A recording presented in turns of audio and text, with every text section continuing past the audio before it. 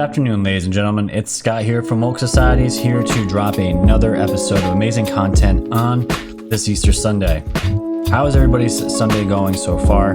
I know it's probably a little weird for people because they can't celebrate like they normally do. So that's why I decided to make an episode today. I was going to go live, but I'm like, people are going to be celebrating today. I don't know if people are going to be watching lives today, but either way, I'm going to bring you this episode, and we're not going to really be talking about anything Easter related or even virus related, thank God. We're going to be talking about MK Ultra and this article here from Obama's brother, that he's going to be dropping a book about his family and some family secrets, and definitely some pertaining to our past president, Barack Obama. So we got Malik Obama dropping bombs. And if you follow him on Twitter, he definitely follows Q, dropping the "Where we go one, we go all" hashtag, and a bunch of other things that we've seen his brother call Obama out.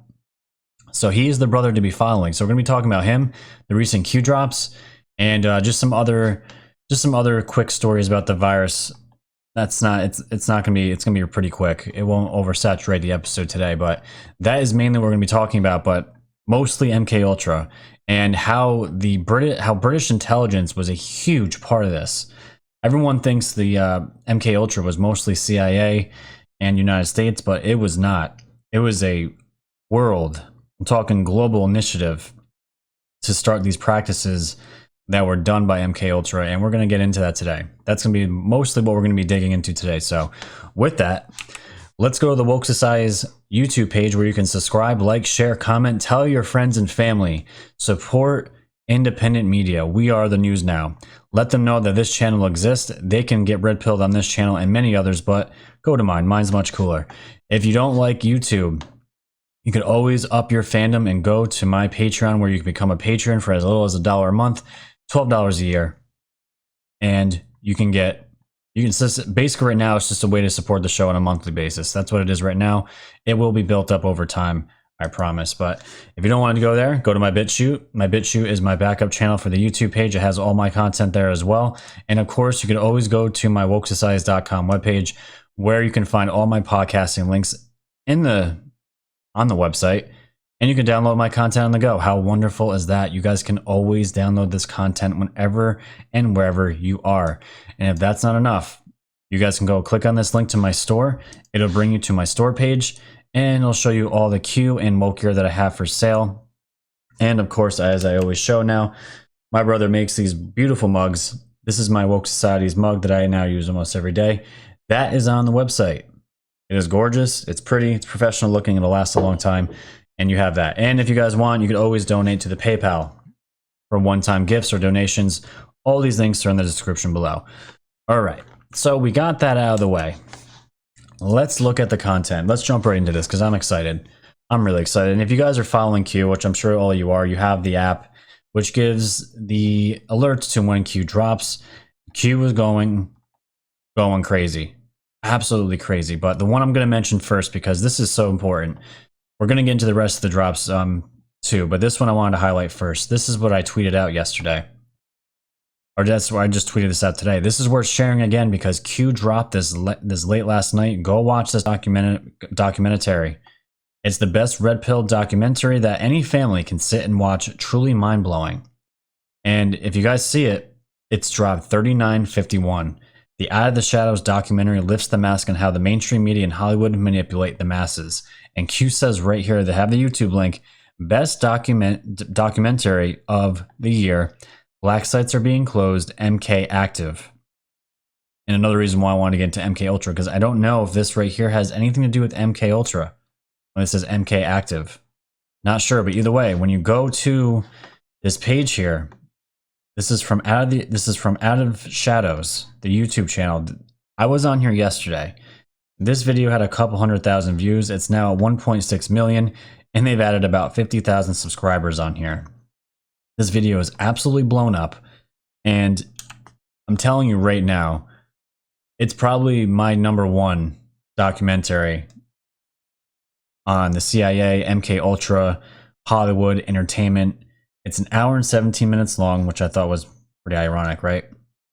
But it's honestly, this would be a documentary that I would be comfortable directing anybody to, literally anybody to. And it doesn't get into, it's not too conspiracy. It doesn't get into aliens. It doesn't get into a lot of the things that people are programmed to turn them off because the word conspiracy theory, which we all know was a CIA created word anyways to just discourage people from digging into any of this stuff. But it is one of the best, I think the best documentary to watch on the CIA and the infiltration of our media in Hollywood. It's fantastic. Go watch it. I have literally told everybody on my friends list on Facebook, Instagram, Twitter, anywhere to go watch this. It's that good. It's that good. It's perfectly compact. It doesn't go into huge amounts of detail. I just think it's a perfect way to open someone's mind to start asking the right questions. It doesn't even mention Q. It does not mention Q at all. So it's really good. Check it out. So as we carry on here, I just wanted to throw this in here. This was interesting. This is from Fox News.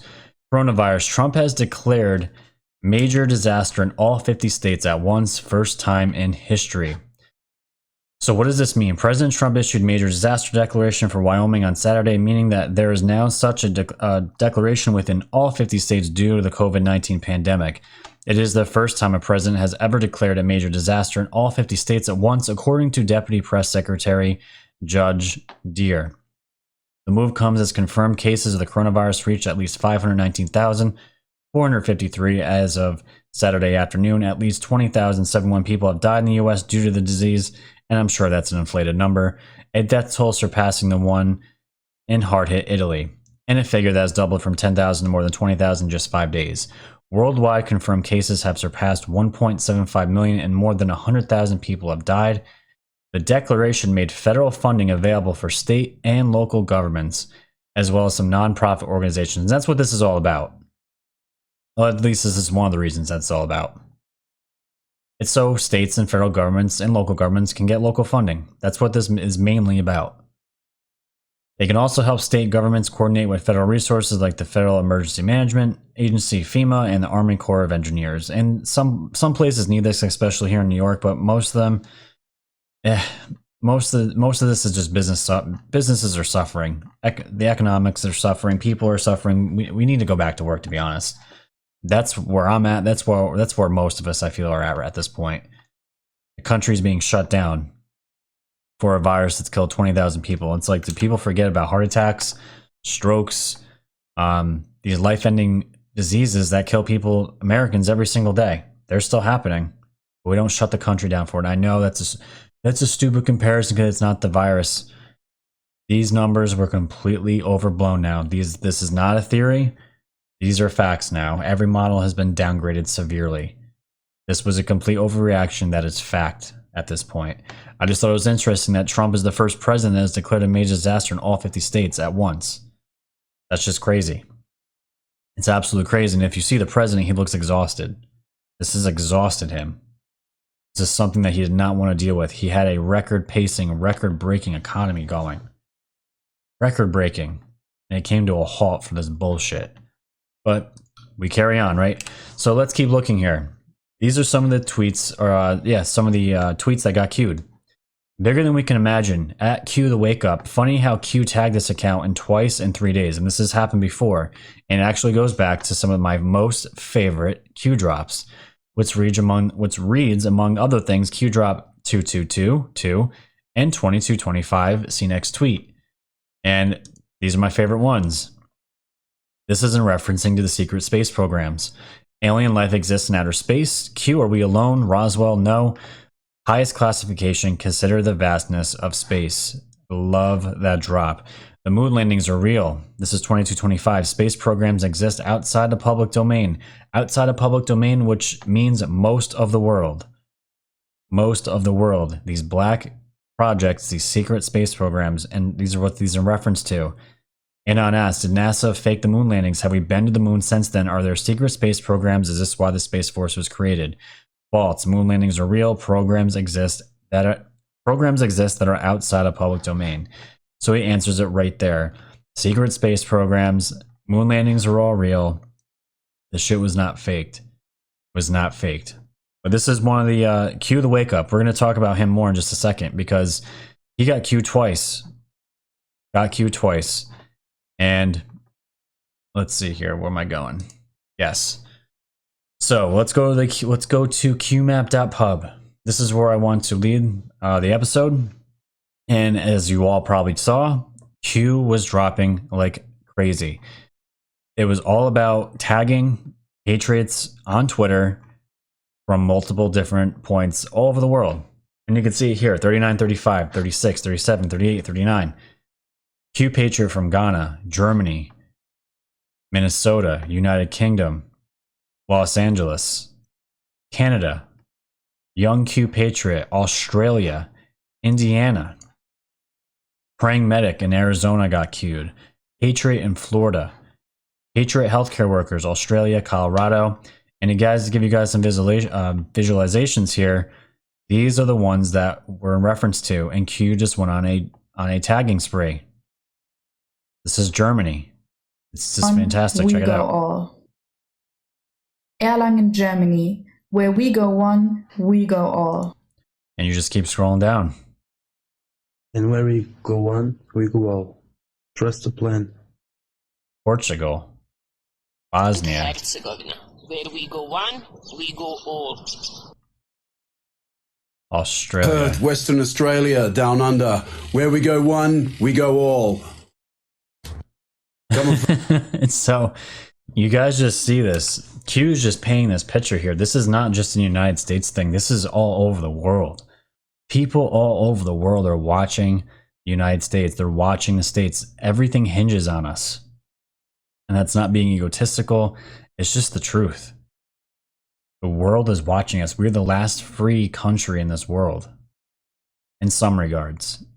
Not completely free, as we're seeing with this virus. But this is what Q is telling us. Look at all of the Patriots all over the world, young and old, all different ages. And I'm so glad to be seeing young Patriots on here. Like young 20s, it looks like, even younger. It's so good to see that because they are the future. But this is what we are seeing. This is what we're seeing. It's so cool to see.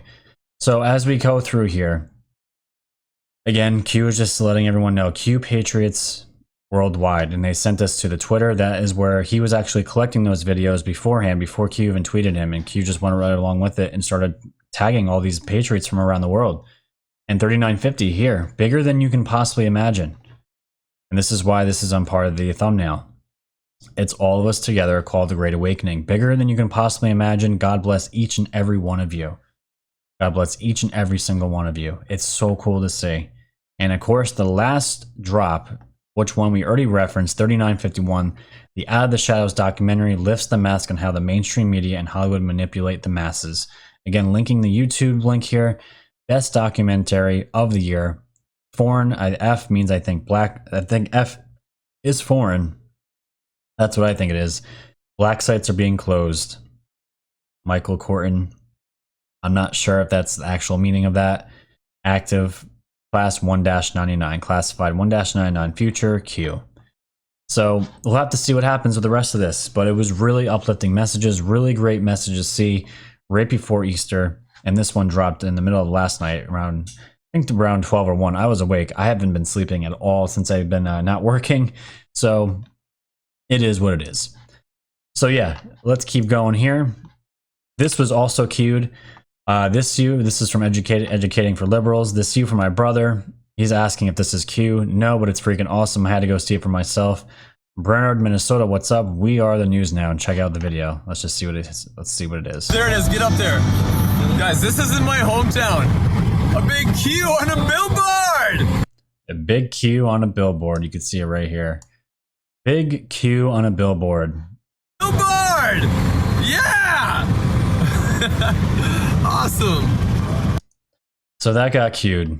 And of course, Q went on a huge stringing of tweets, which I just showed you guys. It's really, really cool. But on the darker side of things, this is why I was getting upset the other day, seeing our civil liberties being just slowly taken away all at once. And I get people, the police are put in a terrible position right now, trying to, enforce the law, but at the same time using common sense. But this video right here is just a picture or a video, just a man trying to congregate with people so they could have church in their cars, and it got broken up. Let's just take a look.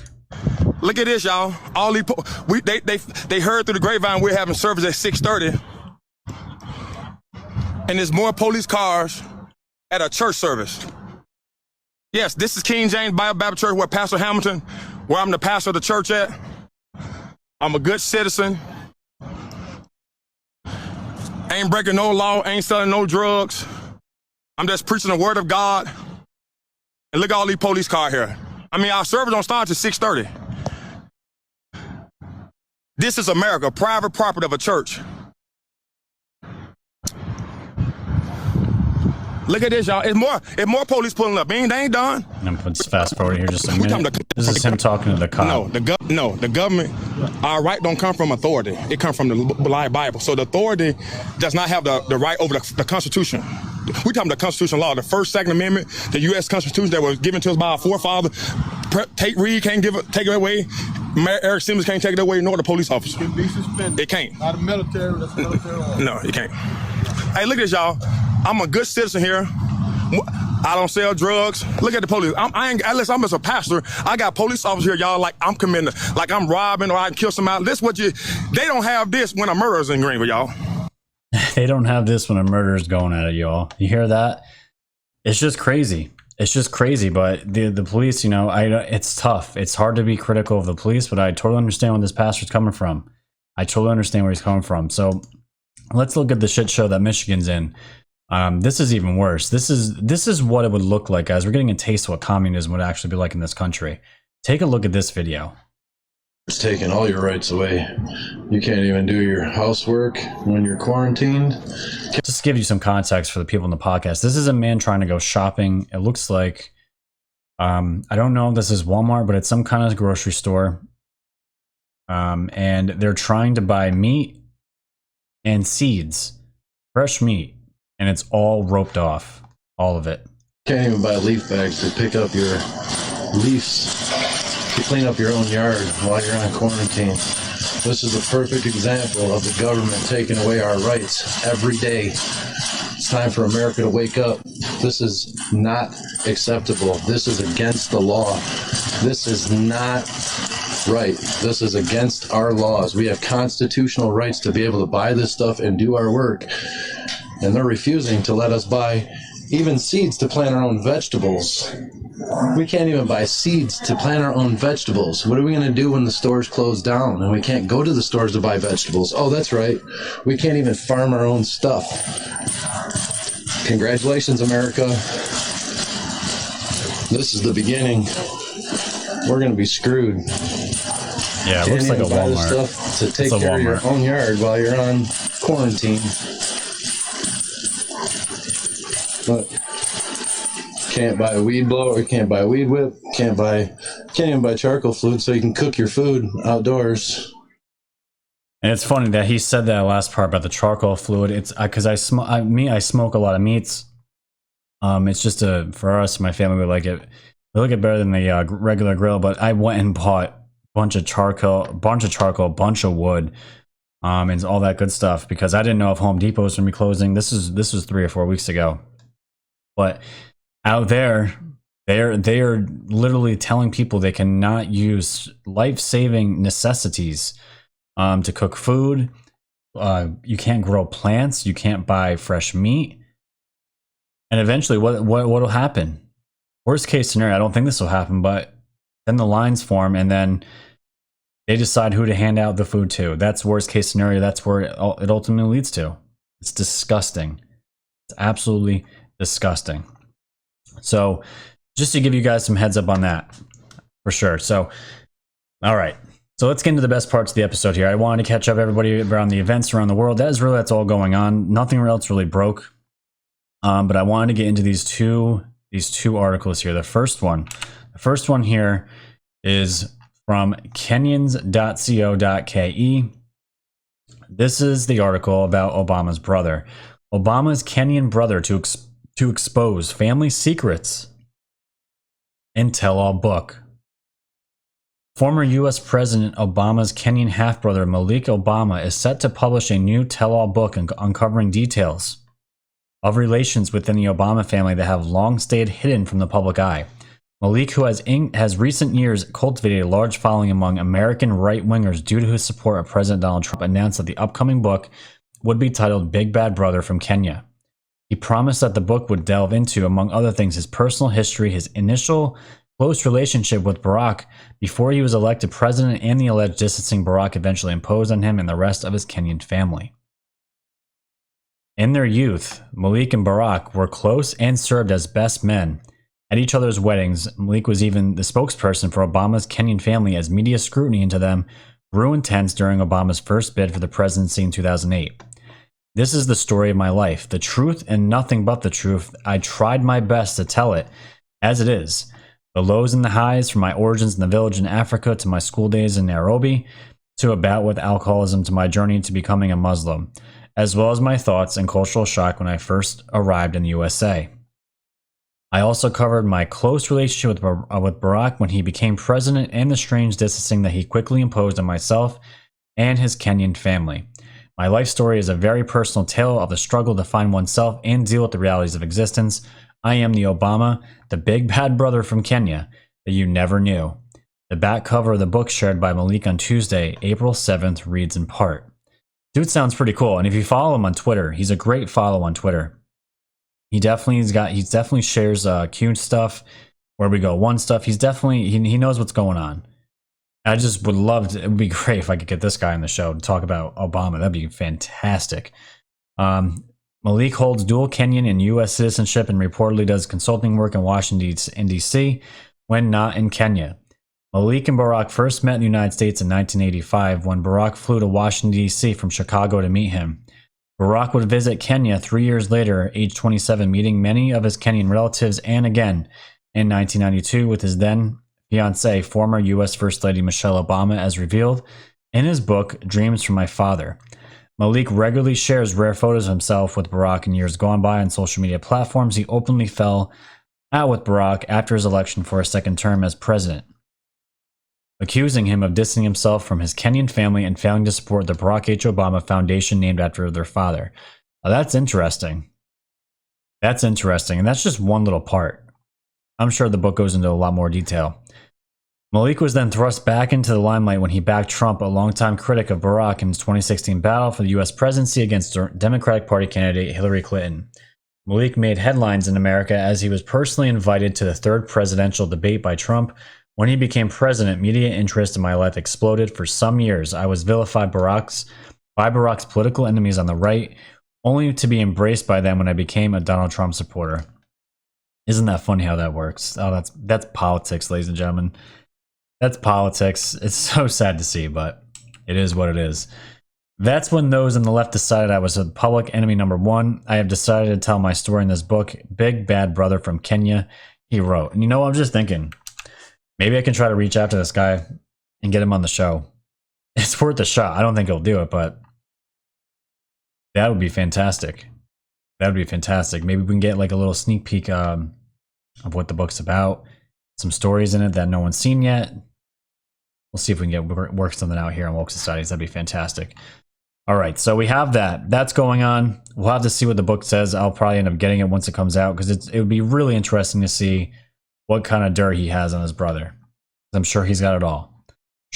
So, all right, so let's get into the deep, dark, scary reality of what the MK Ultra program was about. And this perfectly ties into that documentary I was just talking about in the beginning of the show. They go into MK Ultra. And for the ones that don't know, or the ones that are new here, I'm going to suggest learning all you can about Project Paperclip. It's real. There's a lot of people out there. The media will trash it. The general people just that are brainwashed will trash this. Operation Mockingbird, not Mockingbird, Project Paperclip was and is real. It happened. Nazi scientists were taken from the United States and pretty much brought over to the States, and we used them, and they came, and the stuff that they were using on the Jewish people, during that terrible time when they were trying to get rid of the Jewish population over in Europe. They brought them over and learned their ways, the experiments they did, the mind control shit they did, all the torture tactics, all of it. The electrocutions, the medical stuff, the drugs. All of this stuff was brought over to the States. But there was more than just the United States that were doing this. Britain was a huge part of this, and a part of it I didn't even know about myself. So that's what we're going to get into right now. We're going to get into the history of this right now. The players, a lot of the people you're going to recognize as far as the Rockefellers, but I'm going to give a brief history of this article. It is a massive, massive article. I'm going to put it in the description below so all of you can read the entire thing in its entirety. It is worth the read. And for all you diggers out there, you're going to love this one. All right, so let's get into it. This is from the Liberty Beacon. The name of it is British Psychiatry from Eugenics to Assassination. The following article is a classic. It gives fascinating insight into the role of psychiatry, particularly the British Psychological Warfare Research Institute, the Tavistock in London, and its founder, the infamous creepoid J.R. Rees, in the dedicated effort to wreck our civilization and replace it with some sort of drugged-up, brain-dead slave planet overlorded by a handful of depraved oligarchs and their psychiatric henchmen and high priest. Sounds like the Illuminati, doesn't it? The big bad cabal. It is not a good idea at all to allow a bunch of degenerates to take over your planet, but the way to defeat the manipulative efforts of the degenerate New World Order cult and their high priest, the psychiatrist, is simply to know and understand them and then refuse to tolerate their mass brainwashing, mass drugging shenanigans, which is now the mainstream media and our entertainment industry, which you're going to find the CIA had their hands all over everything to events that we thought were just natural progression of history, but it wasn't. We're all experiments. We've all been subjugated to this brainwashing. We'll watch the documentary and you're going to learn just after hearing me read all this. So where does this all begin? A behavioral control research project was begun in the 1950s, coordinated by the British Psychological Warfare Unit called the Tavistock Institute, with the Scottish Rite Masons, the Central Intelligence Agency, and other British, US, Canadian, and United Nations agencies. So you have a whole mishmash of people, organizations, and that includes the secret societies. The Rite Masons right there. The project became famous in the 1970s under a CIA codename MK Ultra. Its notoriety for brainwashing by drugs, hypnosis, electroshock, and other tortures caused many books to be written about the project, and the US Senate conducted hearings which exposed many of its abusive features. President Gerald Ford appointed a commission headed by Vice President Nelson Rockefeller to correct the CIA's misconduct. There was a widespread anti-establishment view at the time that here was the fox appointed to guard the henhouse. The intelligence agencies offered a public rationale for the project, the need to counteract and compete with the mind control capabilities of the communists. And that right there, ladies and gentlemen, is going to be the excuse, the line that was pushed to us during that time, that we are justifying these terrible experiments on humans, children as well. Well, this wasn't just adults, this was children, because we need to compete with the communist threat. This is how it's being sold to the public after they already got caught. A central theme of the MK Ultra was to attempt to control the human mind in a similar way. Threatened and accomplished assassination of political leaders has become increasingly frequent in public life since the 1960s. Just since the 1992 election campaign, for example, Bill Clinton has been the target of at least 15 assassination threats. Many of these would-be killers and many of the assassins of past years had been in destructive psychiatric programs or are members of psychiatrically manipulated cults. The present threats are the more meaningful in the context of the British-led Whitewater scandal directed against the presidency. It is long past time for a thorough public inquiry into the assassination epidemic, whereby its relationship to the official project to create assassins would be fully explored. And it's not just president assassinations. Think about all the false flags that happened. All these people that seemingly were not suicidal, that walked into these bars, these clubs, these entertainment venues, and just mowed through people with their weapons. This stuff never stopped back then. It's still going on today. A great obstacle to clear thinking in this area has been the assumption that the US government would not sponsor programs for the murder of American leaders. This is going to get hard for some people to accept this, but that's exactly what is going on. This logical assumption misses the point that the overall project, including MK Ultra, has been foreign sponsored and anti-American in its purposes. We shall outline here the British background of this deeply criminal enterprise with its roots in the political and psychiatric movement called eugenics. And funny how eugenics has recently come up as a buzzword for none other than Bill Gates. Oh, we love Bill Gates, don't we? All right, so where does this all start? We're going to go back to 1909 and we're going to bring it up to current. 1909, the build up to World War I. John D. Rockefeller created the family-run Rockefeller Foundation in parallel with the birth of the British-inspired Federal Reserve, the Internal Revenue Service, known as the IRS, and the Federal Bureau of Investigation all happened within the same time frame. All non-constitutional. At this point, America was already a corporation. We were already enslaved. And we didn't even know it. We had no idea. So Rockefeller transferred blocks of his family-owned Standard Oil Company, worth more than $300 million, to the account of the foundation under its trustees who were family members and their employees. Thus was established a global instrument for radical social change using American money and British strategy. As we go down, as the United States prepared to ally itself in World War I with its old enemy Britain, Dancy personally reorganized the U.S. Army Intelligence Service into an adjunct of the British Secret Service. Dancy's loyal U.S. follower, General Marlborough Churchill, a distant relative of Britain's Winston Churchill, soon became director of U.S. military intelligence. After World War I, General Churchill headed up the Black Chamber, a New York-based espionage group serving the State Department, the U.S. Army, and private New York financiers loyal to Great Britain. This same General Churchill would soon launch a medical research organization called the Macy Foundation for the Rockefellers and British intelligence. So this is why when I tell people all these wars that happen, these two world wars, we saw us as a people, we saw what was going on that was put in front of us and from the television and the media. The actual war, the wars all happened. But what was going on behind closed doors as far as alliances between countries for certain things and research such as eugenics and people's mental studies on mental torture, their just mental intelligence in general. All these deals were going on behind the back door, and these wars were used as excuses for countries to team up and to join resources to come up with these things. And this is what we're seeing right now.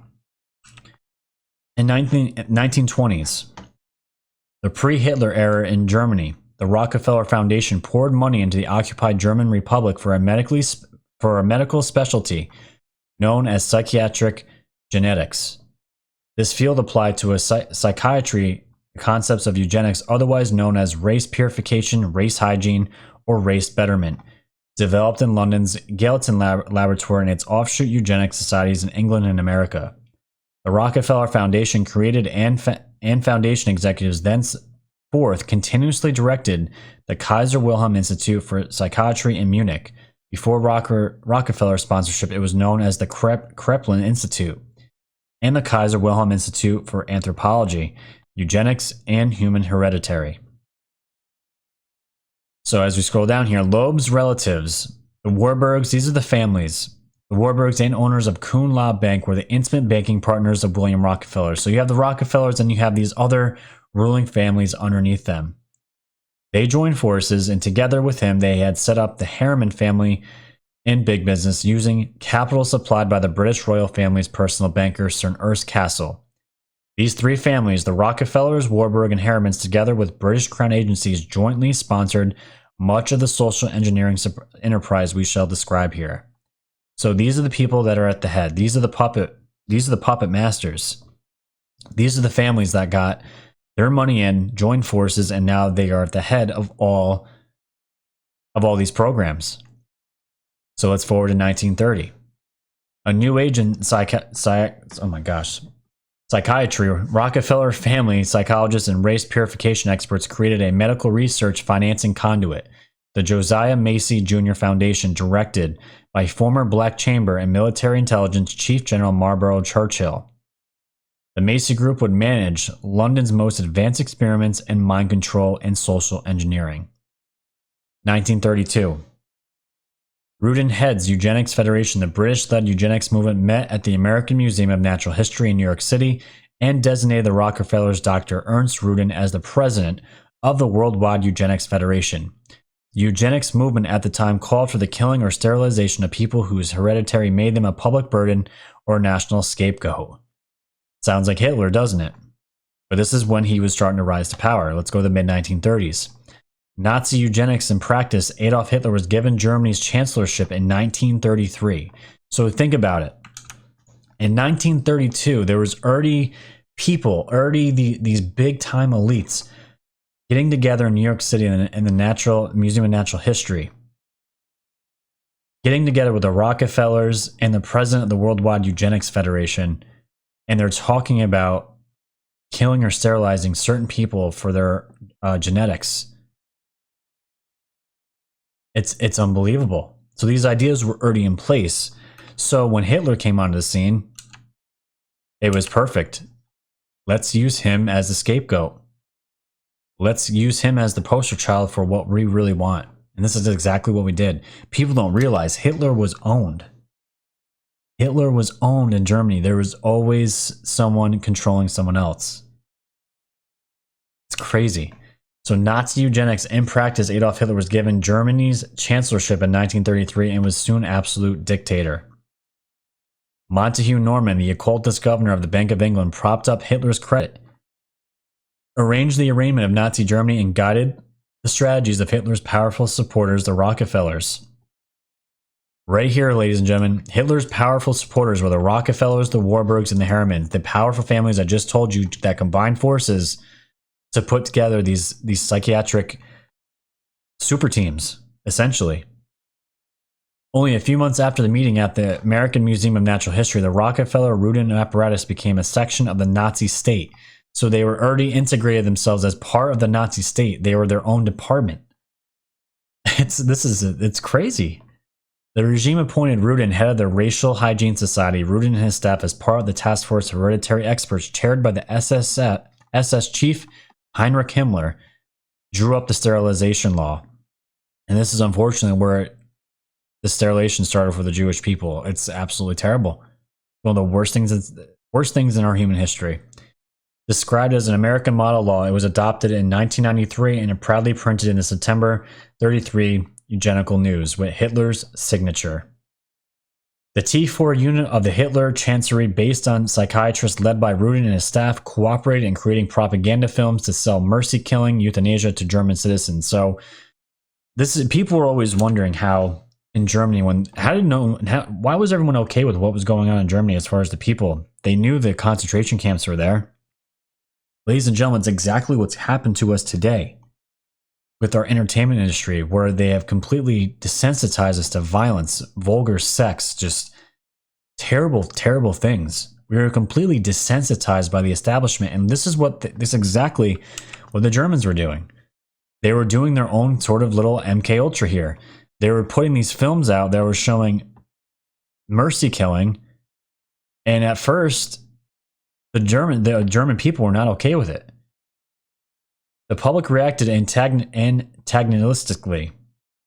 Hitler had to withdraw a tearjerker right to die film from the movie theaters. The proper groundwork had not been laid. So they were testing their citizens to see how far they could go, and they realized they weren't ready yet. But don't worry. From the early 30s to mid-30s, they got their way, and eventually they broke.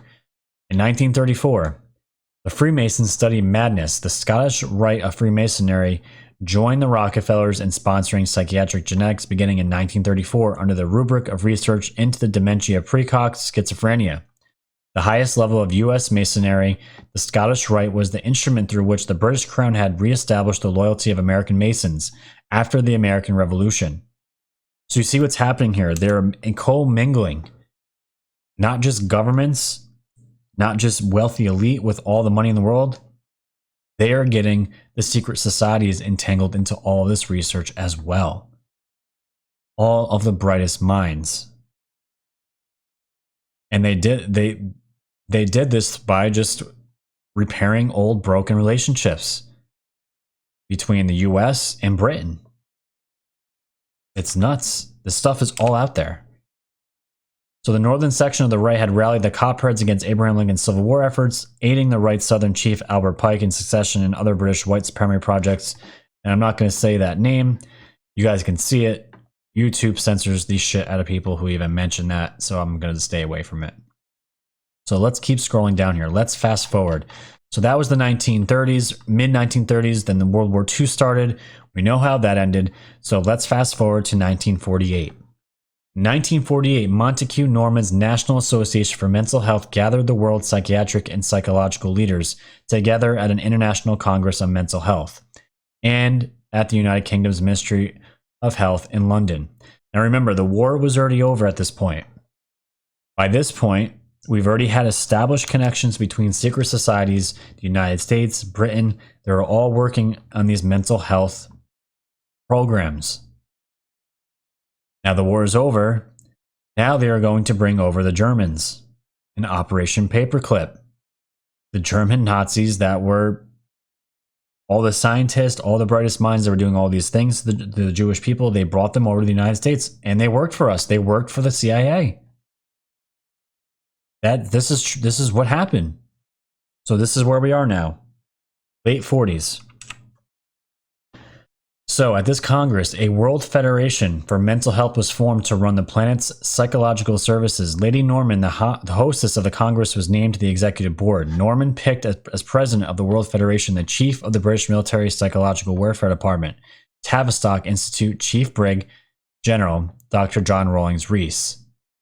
So the Macy Foundation's chief medical officer, Dr. Frank Fremont Smith, would be the permanent co-director of the World Federation with J.R. Rees. The technical coordinator of the U.S. delegation to the 1948 Congress, Nina Ridenour, later wrote in Mental Health in the United States, a 50-year history, that the World Federation for Mental Health had been created upon a recommendation. This is where it gets crazy. Had been created upon the recommendation of the United States. Recommendation of the United Nations, World Health Organization, and UNESCO, because they needed a non-government, non-accountable to any check of law or constitution. So I'll say it again. This institution was created and recommended by the United Nations and who? And UNESCO. And they wanted to create this foundation because it would not be controlled by any law or constitution. Super sketchy. This is why a lot of these treaties, these global things going on, they're all to get around law, and there's no checks and balances. This is exactly what's going on. So they created it. They created the Mental Health Organization, which they could cooperate under. Ridenour alluded to the fact that the British Psychological Warfare Executive had itself created the heart of the UN apparatus. The United Nations apparatus, the globalist United Nations, having official consultative status to the United Nations and several of its specialized agencies, the World Federation for Mental Health is in position to influence some of the UN's decisions and some aspects of its program. So this World Federation for Mental Health is what was recommended by the WHO and the United Nations to infiltrate these programs as well, these alliances, and to direct some of their decisions that are made. The two UN agencies with which the World Federation works most closely are the World Health Organization and the United Nations Educational, Scientific, and Cultural Organization, that's UNESCO. The first director of WHO, and indeed quite literally its creator, was a prominent Canadian psychiatrist, Brock Chisholm, MD, formerly Director General of the Canadian Army Medical Services. So you have these people, guys, that were ahead of, we know who's corrupt. We know the UN's corrupt. All run by these guys that knew the mind, knew the brain, knew the minds. Super smart, educated people that worked in these black secret programs. These guys were running the show. So this Congress, which is in effect founded the modern mental health profession, brought together one of the most exotic collection of enemies of humanity in recent centuries. And this is the list of all the people. You guys can go through it yourself. It's crazy. It's a list of so many people from all these different, between Nazis, secret societies, entertainment industries, philosophers, all different kinds of backgrounds, which made up this Congress. The Congress was run by the host British National Association, whose patron was the Duchess of Kent, widow of the Grand Master of Masons and the mother of Grand Master of Masons, and whose vice president were eugenics and Masonic officials. So you have all kinds of Mason and secret society tied into all this. It's crazy. So let's go to the 1950s. Let's see where this goes. So you guys have all this history, all these commissions, all these groups that were funded and made, and it all started with the Rockefellers and getting their funding, and this is what it's led up to. So you had all the Nazi programs. Now remind you, we're in the 50s, so these Nazi scientists are still working for the CIA, and they're getting into the height, as far as we know, the history of what they were working on. 1950s, the MK Ultra. The outrages perpetrated by Hugh and Cameron became the most notorious aspect of the post-war Anglo-American mind control program. Cameron had trained at the Royal Mental Hospital in Glasgow under eugenicist Sir David Henderson and founded the Canadian branch of his friend John R. Rees's World Federation for Mental Health. In the various member countries and subdivisions, these channels of British intelligence operations are known as the national, provincial, or state mental health associations. Cameron was also elected president of the Canadian, American, and World Psychiatric Associations. He became famous after the CIA was sued by some survivors of his work because the CIA had financed all the tortures. Cameron would drug his victims to sleep for weeks on end, waking them daily, only to administer violent electric shocks to the brain. He used the British Page Russell electroconvulsive method, an initial 1-second shock, then 5 to 9 additional shocks, administered while the patient was in seizure, but he increased the normal voltage and the number of sequences from 1 to 2 or 3 times per day. This terrible, terrible shit. For the CIA, Cameron tested the South American poison called curare, which kills a victim while simulating natural heart failure. That's nice. But Cameron claims to have used it only in non-lethal doses to further immobilize the subjects while they were kept in sensory deprivation tortures for as long as 65 days. So guys, you're just talking terrible, terrible days on end torture. And when they would come out of these torture, sometimes for as little as 65 days, then they would give them LSD for programmable hallucinations. When the subject was sufficiently devastated, Cameron and his assistant, a veteran of the British Royal Signals Corps, would begin psychic driving. Through a loudspeaker hidden under the pillow or through unremovable earphones, they would play a tape over and over again to burn certain phrases into what was left of the victim's memory. And this is scary because this is where people get that voice of God technology, where people say they start hearing these things in their brains and it keeps repeating itself thousands and thousands of times over until all you have in your brain is this phrase and you become a zombie. This is what this stuff called. It was called psychic driving. The CIA was found to have financed these horrors as well as ghastly experiments in other locations using a front called the Society for the Study of Human Ecology.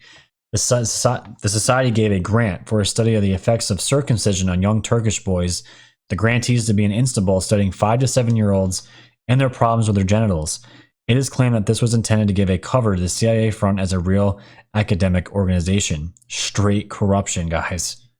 Straight up corrupted. Evil. The question of sponsorship, but the authorship of this enterprise cannot reasonably be assigned to the CIA per se. Even before we review other agencies' direct involvement, we must understand that the CIA chief during MK Ultra, Alan Dulles, was thoroughly attached to British Empire geopolitical aims. And it's just it's crazy. It's really crazy. We're almost done here. Through official military and intelligence conferences over which it presided and through various informal and secret operations, the Macy Foundation directed the spread of LSD by U.S. agencies during the 1950s. The Macy Foundation's chief LSD executive, Harold Abramson, was a psychiatric researcher at Columbia University and at the Eugenics Center in Cold Spring Harbor, Long Island.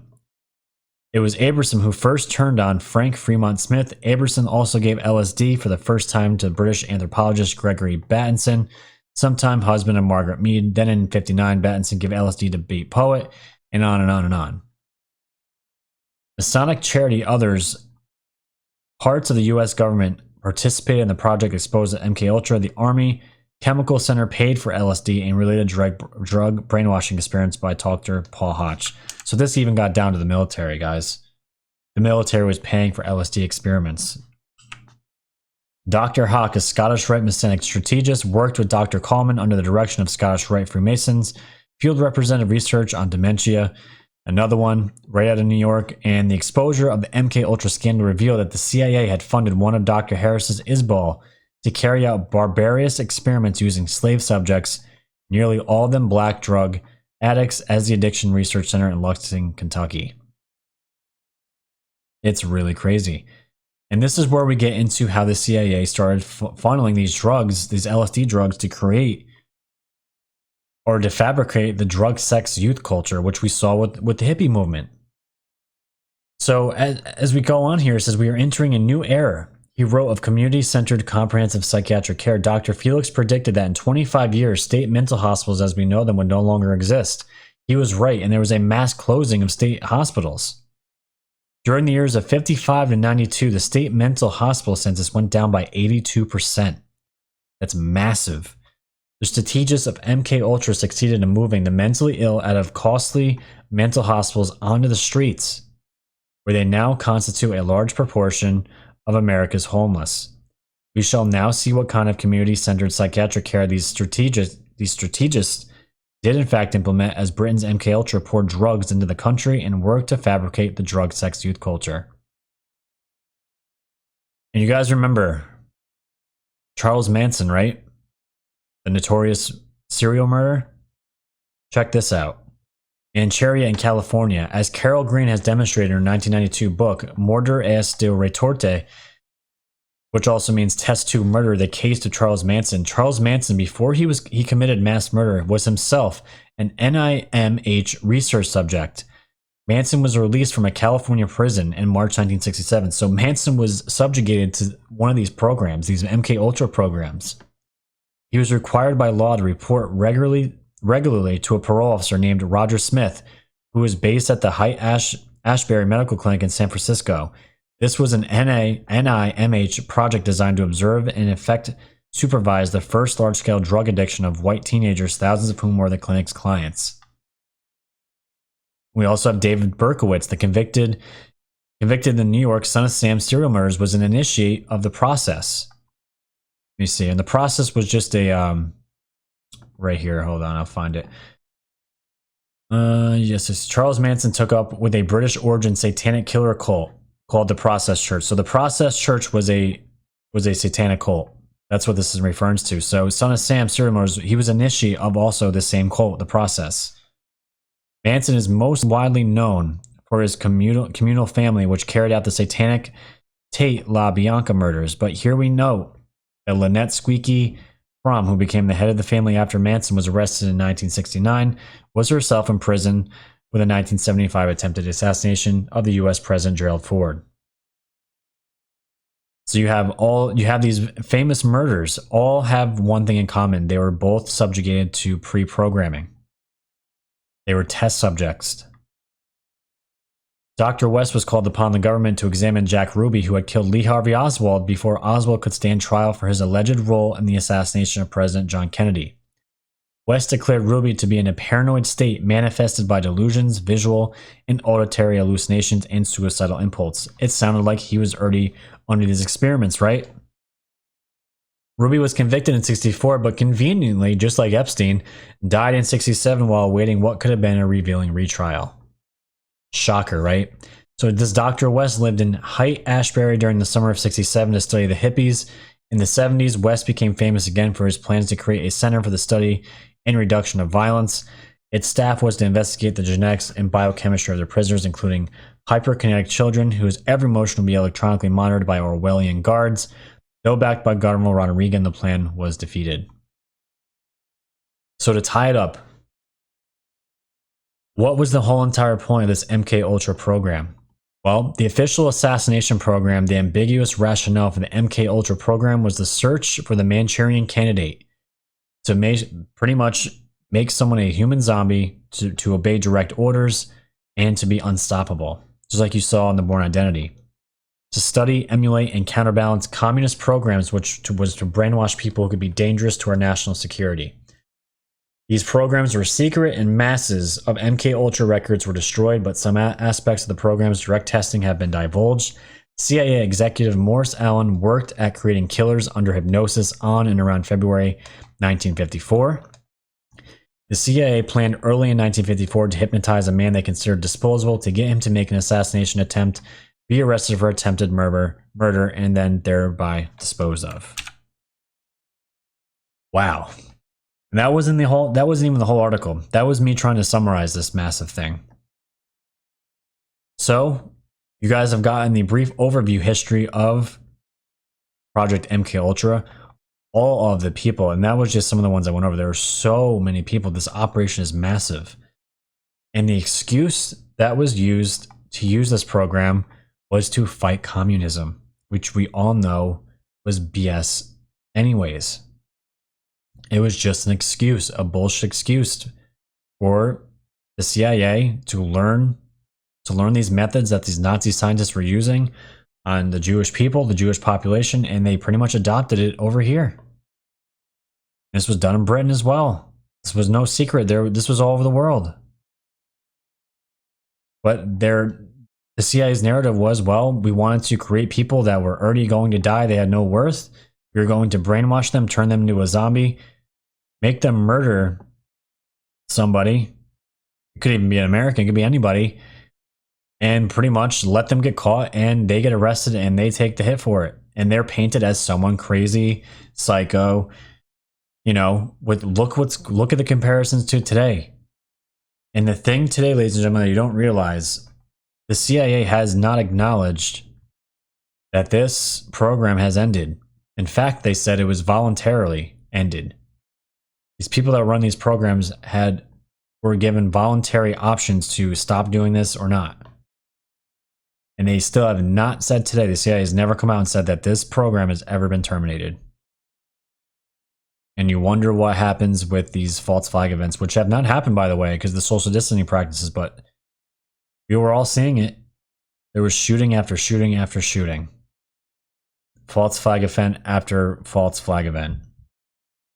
And this was during the 50s and 60s and 70s. We're in 2020. Imagine what's out there now. So, that's the episode today, ladies and gentlemen. My throat is shot. I know that was a lot. That was a lot of reading. But you are more educated now for the better of it. So there you go. So if you guys can, like, share, tell your friends and family about the channel. Give this episode a like. Go to my Patreon. Go to my BitChute. My wokesocieties.com webpage. You can go to all my podcasting platforms there and check out my store. And of course, you guys can donate right to my PayPal in the link below for a one-time gift. So that is that. I know, such a happy message here on Easter Sunday, but hey, this is the world we live in. So with that, ladies and gentlemen, I'm going to leave you. I have my interview tomorrow with Spiritually Raw. It's going to be out on Thursday. It's going to be broadcasted. It's going out to 120 different stations in 120 different countries. I'm going to be talking about QAnon and Project Looking Glass. It's nationally syndicated, so I can't curse, so I have to be careful with that. But it's going to be a half-hour interview talking about QAnon, what is QAnon, and what is Project Looking Glass, and it's going to be spread all over the world.